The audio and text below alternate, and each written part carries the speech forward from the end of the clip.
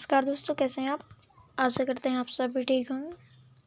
दोस्तों, आज हम प्राचीन भारत के इतिहास, वर्धन काल एवं प्राचीन भारत पर चर्चा करेंगे।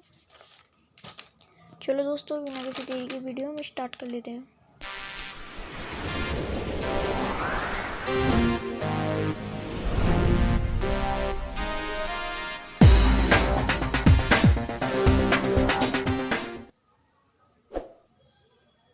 क्वेश्चन नंबर फर्स्ट है हमारा, धानेसर में वर्धन वंश पुष्यभूति वंश की स्थापना किसने की। धानेसर में वर्धन वंश पुष्यभूति वंश की स्थापना किसने की। किसने की थी वर्धन वंश की स्थापना? पुष्यभूति वर्धन ने। इसका सही उत्तर हो जाएगा ऑप्शन नंबर सी। ये वर्धन वंश के प्रथम राजा थे और अंतिम शासक थे हर्षवर्धन, और इनकी राजधानी थी कन्नौज। अंतिम थे हर्षवर्धन और इनकी राजधानी थी कन्नौज। अगला प्रश्न देख लेते हैं। क्वेश्चन नंबर 2, हर्षचरित किसके द्वारा लिखी गई थी। हर्षचरित किसके द्वारा लिखी गई थी? किसके द्वारा लिखी गई थी? बाणभट्ट के द्वारा। बाणभट्ट कौन थे? हर्षवर्धन के राजकवि थे। ठीक है, हर्षवर्धन के राजकवि थे बाणभट्ट, और इन्होंने हर्षचरित लिखी थी। अगला प्रश्न देख लेते हैं। क्वेश्चन नंबर 3, हर्षवर्धन के समय में कौन सा चीनी तीर्थयात्री भारत आया था। हर्षवर्धन के समय में कौन सा चीनी तीर्थयात्री भारत आया था? आप अनुमान लगाइए कि इसका सही उत्तर क्या हो जाएगा। इसका सही उत्तर हो जाएगा option number D. Option number D हो जाएगा इसका सही उत्तर, हेनसांग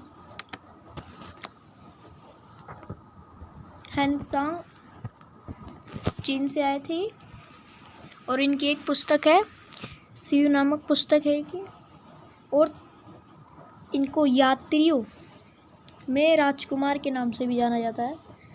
यात्रियों में राजकुमार के नाम से जाना जाता है। हेनसांग को चीन से आए थे। इसका सही उत्तर हो जाएगा ऑप्शन नंबर डी। अगला प्रश्न देख लेते हम। क्वेश्चन नंबर 4, किस व्यक्ति को द्वितीय अशोक कहा जाता है। किस व्यक्ति को द्वितीय अशोक कहा जाता है? हर्षवर्धन को। किसको कहा जाता है? हर्षवर्धन को। अगला प्रश्न देख लेते हैं। क्वेश्चन नंबर 5, वानवश किस सम्राट के दरबारी कवि थे। हमने बताया था ये हर्षवर्धन के थे राजकवि, इसलिए इसका सही उत्तर हो जाएगा ऑप्शन नंबर सी। अगला प्रश्न देख लेते हैं। क्वेश्चन नंबर 6, सम्राट हर्ष ने अपनी राजधानी धानेसर से कहाँ स्थानांतरित की थी। इनकी पहली राजधानी धानेसर थी और दूसरी क्या थी? कन्नौज करी थी इन्होंने। इसलिए सही उत्तर हो जाएगा ऑप्शन नंबर सी, कन्नौज। पहली इनकी धानेसर थी। ठीक, अगला प्रश्न देख लेते हैं। क्वेश्चन नंबर 7, हेनसोंग ने किसे शिलादित्य कहा है। हेनसोंग ने किसे शिलादित्य कहा है? किसको कहा है? हर्षवर्धन को। किसको कहा है? हर्षवर्धन को। राजा हर्ष को वर्धन की उपाधि भी हेनसोंग ने ही दी थी। ठीक है, अगला प्रश्न देख लेते हैं। क्वेश्चन नंबर 8, हर्ष की आत्मकथा किसने लिखी। हर्ष की आत्मकथा किसने लिखी थी? बाणभट्ट ने। ठीक है, अगला प्रश्न देख लेते हैं। क्वेश्चन नंबर 9, नागानंद रत्नावली एवं प्रियदर्शका नाटकों के नाटककार थे। कौन थे? आपको पता होगा इसका सही उत्तर हो जाएगा ऑप्शन नंबर डी, हर्षवर्धन। अगला प्रश्न देख लेते हैं, क्वेश्चन नंबर 10। किस चीनी यात्री को वर्तमान शाक्य मुनि एवं यात्रियों में राजकुमार कहा जाता है? हमने आपको बताया था यात्रियों में राजकुमार किसको कहा जाता है? ह्वेनसांग को। हमने आपको बताया था अभी, ह्वेनसांग को यात्रियों में राजकुमार कहा जाता है। चीन से आए थे। अगला प्रश्न देख लेते हैं, क्वेश्चन नंबर 11। हितोपदेश के लेखक हैं। हितोपदेश के लेखक कौन है? नारायण पंडित। कौन है? नारायण पंडित। इस पुस्तक की क्या विशेषताएं हैं आपको पता होनी चाहिए? विविध पशु पक्षी आधारित कहानी इसकी खास विशेषताएं हैं। ठीक है, विविध पशु पक्षी पर आधारित कहानियाँ इसकी खास विशेषताएं हैं। और किसने लिखी है? नारायण पंडित ने। हितोपदेश। अगला प्रश्न देख लेते हैं, क्वेश्चन नंबर 12। क्वेश्चन नंबर 12 है हमारा, नाट्यशास्त्र की रचना किसने की? किसने की थी? आपको पता होगा, भरत मुनि ने। भरत मुनि ने। अगला प्रश्न देख लेते हैं, क्वेश्चन नंबर 13। बहुत महत्वपूर्ण प्रश्न है। अंकोर वाट कहाँ स्थित है? अंकोर वाट कहाँ पर स्थित है आपको पता होगा। अंकोर वाट विश्व का सबसे बड़ा हिंदू धर्म का मंदिर है। ये कंबोडिया में स्थित है और ये विष्णु भगवान का मंदिर है और इसको सूर्यवर्मन ने बनवाया था। कंबोडिया में यह स्थित है। ठीक है, 1112 से 53 ईस्वी में इसको बनाया गया था।